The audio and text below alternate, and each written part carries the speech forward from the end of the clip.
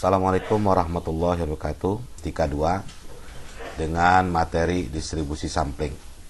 Sekedar prasyarat ya, harus telah mengikuti statistika 1 atau pernah belajar di statistika 1 ya. Baik, saya teruskan, sekedar mengingatkan kembali ya, untuk penilaian ke depan ya, yaitu kehadiran mempunyai bobot 10%, tugas-tugas mempunyai bobot 20%, UTS mempunyai bobot 30%, dan UAS mempunyai bobot 40%. Ya. Ini jangan sampai lupa dan harus jadi perhatian bagi Anda supaya nilainya nanti yang dihasilkan adalah baik. Kemudian ya, kita mulai materi ini yaitu mengenai distribusi sampling. Pengertian distribusi sampling. Distribusi sampling adalah distribusi dari besaran-besaran statistik seperti rata-rata, simpangan baku, dan proporsi lainnya yang mungkin muncul dari sampel-sampel yang diambil. Dalam statistika 1 kita sudah belajar menghitung bagaimana mencari rata-rata, baik itu rata-rata aritmatika, rata-rata geometri, rata-rata harmonis ya.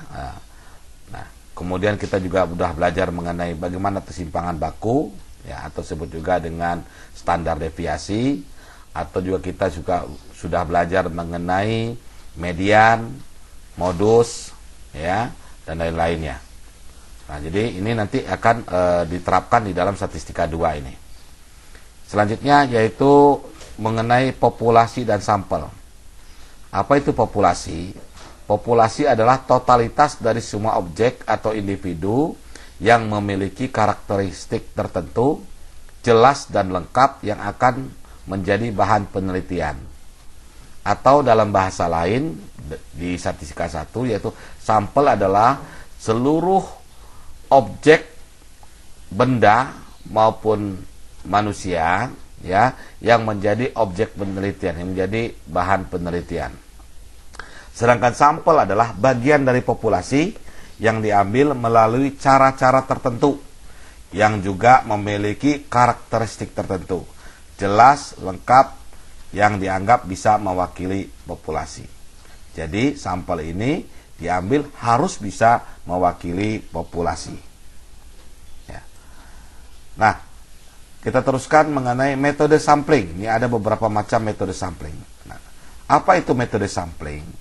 Metode sampling ini adalah cara mengumpulkan data yang hanya mengambil sebagian elemen populasi atau karakteristik yang ada di dalam populasi. Kenapa harus ada metode sampling? Ya. Nah, alasannya kenapa harus ada metode sampling? Pertama, ya, karena objek penelitiannya itu homogen. Jadi objek penelitiannya sama. Kalau sama objek penelitiannya homogen, ya, maka kita bisa mengambil sampling. Bagaimana homogen? Misalkan kita meneliti mengenai siswa SMA di Kota Bekasi. Maka kalau untuk meneliti siswa SMA di Kota Bekasi, ya kita bisa ngambil sampelnya. Kita bisa mengambil sebagian dari populasi siswa SMA yang ada di Kota Bekasi. Yang kedua, alasan kedua, yaitu objek penelitiannya itu mudah rusak. Nah, kalau objek penelitiannya mudah rusak, kita juga nggak bisa ngambil semuanya. Kita ambil sampling. Apa itu objek penelitian yang mudah rusak? Contohnya, kalau penelitiannya mengenai misalkan bahan-bahan kimia, atau buah-buahan, tumbuh-tumbuhan, ya, atau makanan, itu kan mudah rusak, maka kita bisa mengambil sampling, ya, kita mengambil sampling. Yang ketiga, yaitu untuk menghemat biaya dan waktu. Nah, kalau populasinya banyak besar, maka kita kan kalau ingin meneliti jadi banyak, semuanya harus diperiksa, ya. Sehingga kalau diperiksa semuanya itu membutuhkan waktu yang panjang dan biaya yang tinggi. Maka untuk menghemat waktu yang panjang dan biaya yang tinggi, diambillah sebagian dari populasi tersebut atau diambillah sampling dari populasi tersebut. Kemudian yang keempat yaitu ketelitian. Nah, kalau dengan sampling itu diharapkan bisa lebih teliti karena kita bisa mengambil objek sesuai dengan karakteristik dan cara-cara tertentu tadi. Ya. Ada lagi ukuran populasi yang pengaruh yang selanjutnya kelima. Alasan kelima yaitu kenapa kita ngambil sampling, karena ukuran populasi. Kalau populasinya besar, tentu kita tidak memungkinkan untuk meneliti satu persatu. Kita ambil contoh seperti begini. Di dalam pilkada, ya, pemilihan kepala daerah, ya, itu kan ingin mengetahui seberapa besar masyarakat itu mendukung dia untuk menjadi calon kepala daerah, gitu kan. Maka yang baik itu adalah seluruh orang yang mempunyai hak pilih dalam memilih di desa tersebut kita tanya, kita sensus, gitu kan. Itu yang lebih akurat. Tetapi karena penduduknya banyak dan wilayahnya luas, maka tidak memungkinkan diambil hal tersebut. Ya, kalau paksa diambil juga waktunya panjang, biayanya tinggi. Maka kita bisa ambil sampling, kita ambil sampel, ya, dari populasi atau wilayah tadi untuk mengetahui apakah masyarakat mendukung dia menjadi kepala daerah atau tidak. Yang keenam yaitu faktor ekonomi. Nah tadi ya, faktor ekonomi. Faktor ekonomi artinya biayanya tinggi, maka kita mencari biaya yang lebih efisien.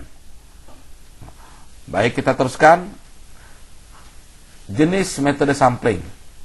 Ya. Ada dua jenis utama di dalam metode sampling ini. Yang pertama disebut juga dengan sampling random atau sampling acak. Ya. Yang kedua sampling non-random atau disebut juga sampling tidak acak. Nah, sampling random, ya, sampling random ini adalah dibagi lagi. Ada namanya sampling random sederhana, ya, dapat dilakukan dengan menggunakan dua metode saja, bisa dengan undian, ya, dengan itu. Ada metode dengan tabel random. Ada lagi sampling berlapis atau disebut juga dengan sampling stratified. Ya, nanti kita akan bahas satu-satu ini, ya.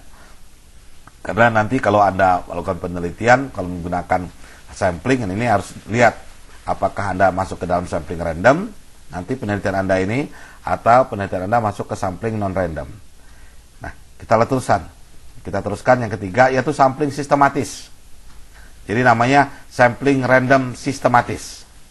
Yang keempat namanya sampling random cluster. Ya, jadi sampling random berkelompok. Nah, jenis yang kedua yaitu sampling non-random. Ini juga ada 3 macam. Ada sampling non-random kuota, ada namanya sampling non-random pertimbangan, ada sampling random seadanya. Kalau sampling random seadanya, jadi bagaimana keadaan dari objek tersebut, ya semuanya diteliti. Ya, jadi tidak bisa acak, semuanya diteliti. Nanti kita akan pelajari syarat-syaratnya harus bagaimana. Selanjutnya istilah yang lain, nanti kita ada juga istilah teknik penentuan jumlah sampel. Nanti kita akan belajar nih. Jadi jumlah sampel juga punya aturan. Ya. Yang pertama kita bagi dua, pengambilan sampel dengan pengembalian. Jadi dalam statistika 1 kita pernah belajar bagaimana cara menghitung kemungkinan dengan cara pengembalian. Ya. Pengambilan sampel dengan pengembalian. Yang kedua, pengambilan sampel tanpa pengembalian. Nah, jadi teknik penentuan sampel ini ada dua macam, ya, dengan pengembalian dan tanpa pengembalian. Yang selanjutnya jenis-jenis distribusi sampling. Ya. Yang pertama yaitu jenis distribusi sampling namanya distribusi sampling rata-rata.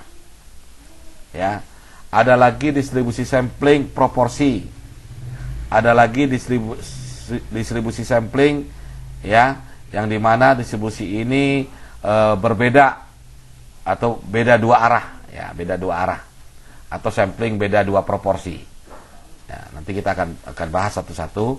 Ini pada pertemuan pertama ini kita gambarkan dulu, ya, secara garis besar mengenai distribusi sampling. Ya. Baik. Ya,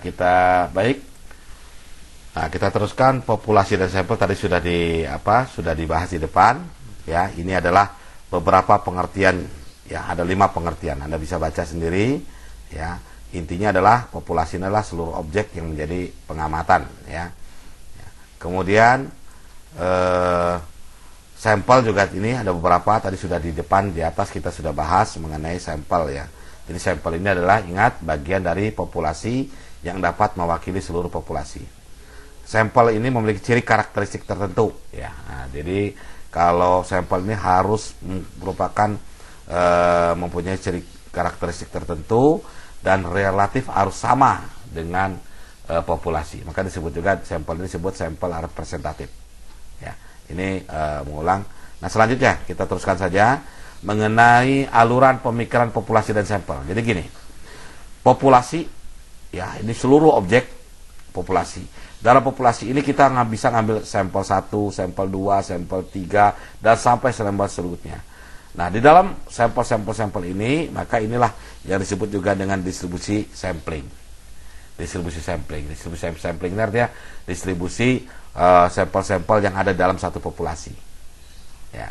Jadi statistik dapat berbeda di antara sampel populasi yang satu dengan yang lain. Jadi kayak contohnya di sini. Kita akan mengambil sampel misalkan anak sekolah SMA di Kota Bekasi. Nah, anak sekolah SMA di Kota Bekasi ini ya kita bisa ngambil sampel di Rawalumbu berapa sampelnya, di mana di Kecamatan Bekasi Timur berapa, di Kecamatan Bekasi Utara berapa. Nah, itu sampai sampel-sampel, dan setiap sampel ini bisa berbeda jumlahnya tergantung dari ukurannya. Nah, semua sampel ini yang disebut dengan distribusi sampling atau distribusi sampel ya. Nah, distribusi sampling ini ya tentu semuanya nanti kita dibuat rata-rata ya, rata. Secara parsial dapat didistribusikan sebagai rata-rata atau standar deviasi. Nanti dari semua ini kita hitung rata-ratanya dan kita hitung standar deviasinya. Standar deviasi itu artinya standar error. Semakin kecil standar deviasi atau semakin kecil standar error dari pengambilan sampel ini, maka sampel itu semakin baik. Begitu. Nah, nanti kita akan bahas ya. Kita teruskan ini. Nah, ini contoh ilustrasi yang lain. Nah, kalau misalkan populasinya itu air sungai, maka kita bisa ambil sampelnya, ini contoh ya. Kita misalkan populasinya air sungai, maka kita bisa ambil sampelnya dengan 10 air galon. Kita teliti. Misalkan ada penelitian kita ingin melihat air sungai ini tercemar atau tidak sih, gitu ya. Maka kita ambil, kan nggak mungkin kita teliti semua air sungai, banyak sekali. Maka kita ambil teliti 10 galon. Nah, 10 galon ini ya kita ngambil nggak langsung 10 galon, mungkin titiknya berbeda-berbeda. Satu di titik A 1 galon, 1 galon di titik B, 1 galon di titik C, sampai 10 galon. Kemudian dari 10 galon tersebut kita ambil rata-rata, misalnya kita ingin meneliti merkuri, ya, kandungan air raksa. Kita ambil rata-ratanya dari titik A, kandungan merkurinya berapa, dari titik B merkurinya berapa, titik C merkurinya berapa, maka dihitung rata-ratanya, rata-rata kandungan merkuri. Nah, itulah yang disebut dengan distribusi sampling, ya, distribusi sampling. Jadi tentang apa? Tentang rata-rata kandungan merkuri di air sungai, gitu. Ya. Kita ambil contoh yang kedua, yaitu kita ingin meneliti populasinya adalah anggota pemain tim basket profesional. Kita ingin atlet basket profesional, kita mau uji, kita akan teliti. Nah, populasinya adalah seluruh pemain basket profesional. Nah, sampelnya kita ambil contoh, misalkan kita ambil sampel 5 pemain, kita tes. Nah, dari 5 tersebut itu harus bisa mewakili dari seluruh pemain. Nah, kemudian statistik sampelnya bagaimana? Kita hitung mediannya untuk tinggi pemain. Misalkan kita hitung median tinggi pemain. Median itu ini ya. Apa median? Adalah garis tengah ya, atau nilai tengah dari pemain ya. Nah, maka hasilnya adalah distribusi sampling mengenai median dari pemain-pemain profesional tersebut.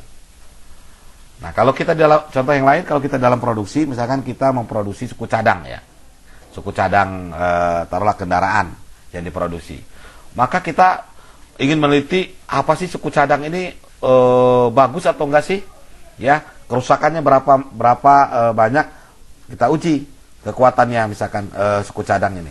kita uji secara random. Kita ambil sampelnya. Ya, misalkan kita ambil sampel 50 suku cadang gitu. Ini contoh aja ya. Nah, kemudian diuji. Oh, rupanya setelah kita ambil itu, kita uji berapa yang cacat dari 50 tersebut. Taruhlah misalkan yang cacatnya 10%. Maka kita bisa mengatakan bahwa seluruh produksi yang ada suku cadang tersebut itu mempunyai cacat 10% atau reject 10%. Nah, itu namanya distribusi sampel tentang proporsi. Ya. Nah, kita teruskan mengenai syarat sampel. Syarat sebuah sampel, ya, yang pertama itu harus akurasinya baik atau harus punya ketepatan yang baik, ya, yaitu harus sedikit biasnya kekeliruannya dalam sampel. Dengan kata lain, makin sedikit tingkat kekeliruan yang ada dalam sampel, maka semakin akurat sampel tersebut bisa dijadikan sebagai alat atau tolak ukur. Yang kedua, sampel itu juga harus dapat memprediksi dengan baik populasi. Jadi jangan sampai populasi sampel ini tidak mewakili populasi. Ya, jadi harus selengkap mungkin mempunyai karakteristiknya sama dengan populasi. Yang ketiga yaitu sampel itu harus punya presisi. Presisi itu sama kayak presisi ya. Namanya mengacu pada sedekat keakurasiannya semakin baik ya. Presisi ini tingkat kesalahan semakin sedikit. Ya, presisi ini harus semakin kecil standar errornya. Semakin kecil standar error atau disebut juga dengan standar deviasi, maka sampel ini semakin baik.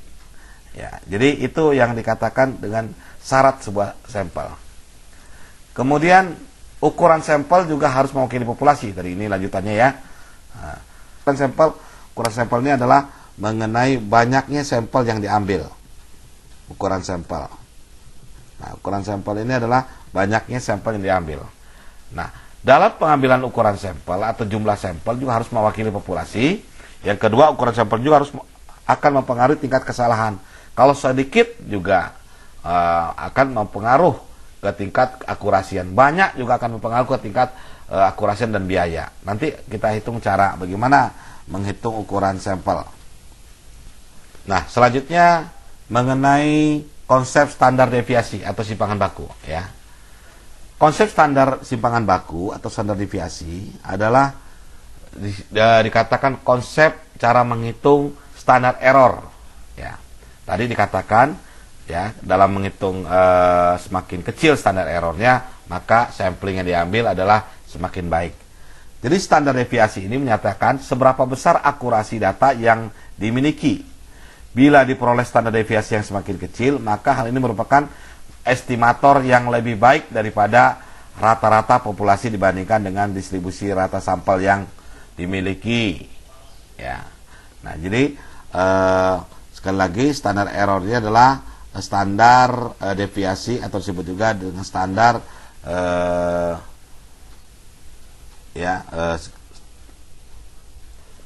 baik, kita teruskan mengenai konsep standar error dalam distribusi sampling ya. Ini yaitu kita nanti ada standar harapan ya, ada standar konvensional. Kalau dalam standar harapan, standar deviasi distribusi sampling namanya ya, rata sampling. Maka konvensional namanya standar error rata. Rata atau disebut juga rata itu artinya rata-rata dirata-ratakan lagi. Itu ya rata ya. Namanya rata itu adalah rata-rata dirata-ratakan lagi. Gitu ya. Kemudian standar deviasi dari distribusi proporsi sampel. Nah, ini kalau konvensionalnya namanya standar error proporsi. Ya, yang kalau standar harapannya namanya standar deviasi dari distribusi median sampel. Maka biasanya kita dalam menghitung dan statistika 1 namanya standar error median. Ya. Jadi standar yang keempat, standar deviasi dari distribusi ring sampel. Maka disebut juga namanya standar ring. Artinya standar ring ini artinya dari ring-ring ada kita buat standar errornya berapa. Standar error ring. Ya. Baik, demikian untuk pertemuan pertama ini. Ya, kita lebih banyak membahas mengenai istilah-istilah di dalam statistika 2 yang nanti akan kita pelajari ke depan, yaitu tolong Anda buka-buka lagi pelajaran yang ada di Statika 1. Terima kasih dari saya. Assalamualaikum warahmatullahi wabarakatuh.